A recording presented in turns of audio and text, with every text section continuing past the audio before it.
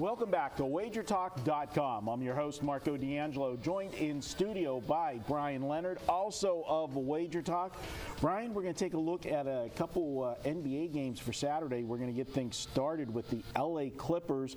They'll be going into Sacramento. Now, we're taping on Friday night, guys, and both of these teams are playing on Friday night, so it makes it a little bit tougher whenever you handicap, but I like the situation that we have with these two teams because they are playing, and the Clippers will be traveling to Sacramento after their game tonight against your Cleveland Cavaliers. Got LeBron back there.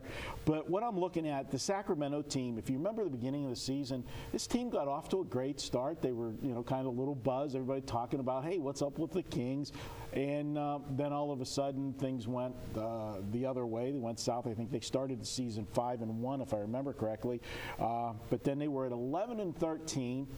Not total, we've seen a lot worse records before coaches got fired, but abruptly Michael Malone gets fired December 14th. A lot of buzz about who was going to be the coach, and that George Karl's name, floated around a while.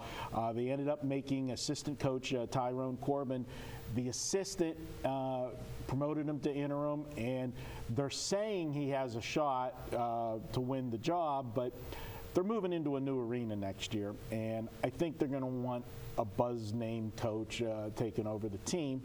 And what I'm looking at in this one is there was a difference of philosophies between Malone and the new GM that came in here for Sacramento.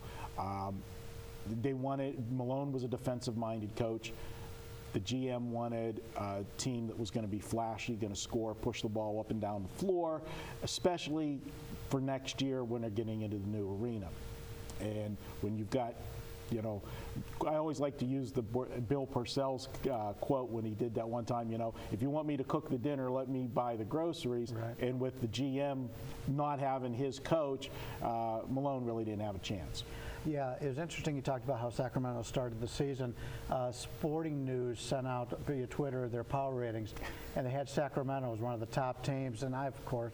That was like Philadelphia last year when Philadelphia opened the season 3-0, and they made them number one. I think it might have been ESPN. Yeah. They made them the number... I said, there's no way these teams... I said there's going to be 20 teams better in Sacramento by the end of the year, and now they're struggling a little bit. Yeah. Be kind here when you talk about Sacramento, because I remember when we used to do video, I used to bash Sacramento. They do have a new arena, and if we go to Reno or something, we might want to make a drive and go see it. I have to go to Sacramento because the other day Cleveland's playing Sacramento, and I was listening to the Sacramento broadcast, and one of the announcers talked about his birthday coming up. He goes, yeah, we got to spend it in Cleveland. So I tweeted out, I said, don't these people know they live in Sacramento? Every follower of mine that lives in Sacramento got back to me on that. So I'm going to go to Sacramento next time up in Reno, and when the weather's good, I'm going to drive down to Sacramento. But getting back to our original discussion, he'd done, to me, a fantastic job there, and the players he has. Rudy Gay's more of a freelancer. He's better in the open court.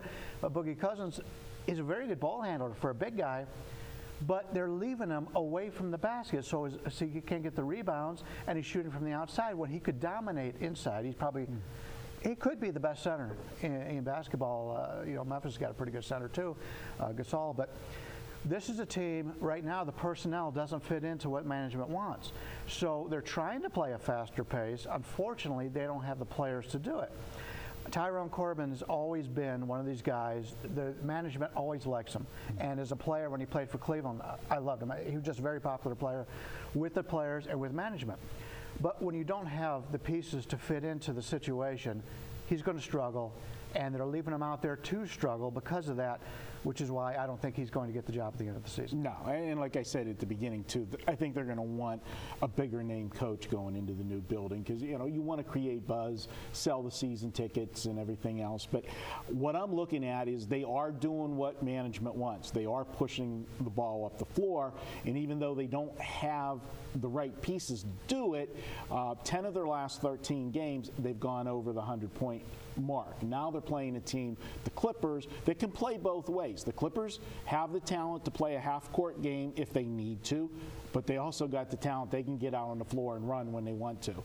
They got a lot of offensive firepower, and now you're going to try to force the tempo, Sacramento is, against the team that's much better at it than you. I think we're going to see a lot of points scored. And the fact that I said both teams are playing tonight, the Clippers are playing a more important game tonight.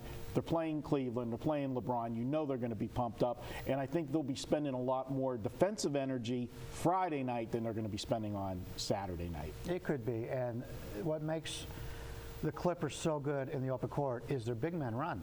I mean, the big men can run the court. And that's where and obviously they got Chris Paul, one of the best point guards in the NBA. So I think they would prefer to run. And as you said, they're okay in the half court. But if they can get out in the full court against a team like Sacramento, and Sacramento, I mean, they're not going to the playoffs. These guys are looking for their own points. We see this late in the season. They already know the coach isn't going to be there next year. They're not going to be in the same building. Pad those stats. They're going to want to pad their stats too. I have no problem with this. I think the Clippers also are playing better ball right now. And as long as the Clippers are playing better ball, I may look at the Clipper side in this game. We'll have to wait and see what the line is here. But, yeah, I don't really like the way Sacramento's doing it right now, but I can't blame you for wanting to take the over here. It seems to me that that's the way to go. Yep, and so let's go ahead and make that one official. I am going to go ahead and take this one over. We don't have the number on this game yet, but I'm projecting my number that they're going to score 224 points or more in this game, and that's going to be easily over what we'll end up seeing. I'm probably going to see a number 217, 218 maybe in this one. And again, it depends on how the play goes on Friday night where they adjust the number. But we're going to go ahead and take this one over the total for you on Saturday. Also, guys, want to tell you, for watching the videos this week, we got a special deal for you. We got a coupon we give you every week here on the videos. This week's video coupon, it's going to get you $10 off, is SCORE10. The word SCORE and the number 10. Enter that when you check out, and you'll be able to take $10 off any package you want at the site. That coupon is good through Monday, so be sure to check that out. All right, we're going to be right back. We're going to take a look at another NBA game for Saturday night action. That's up next, WagerTalk.com.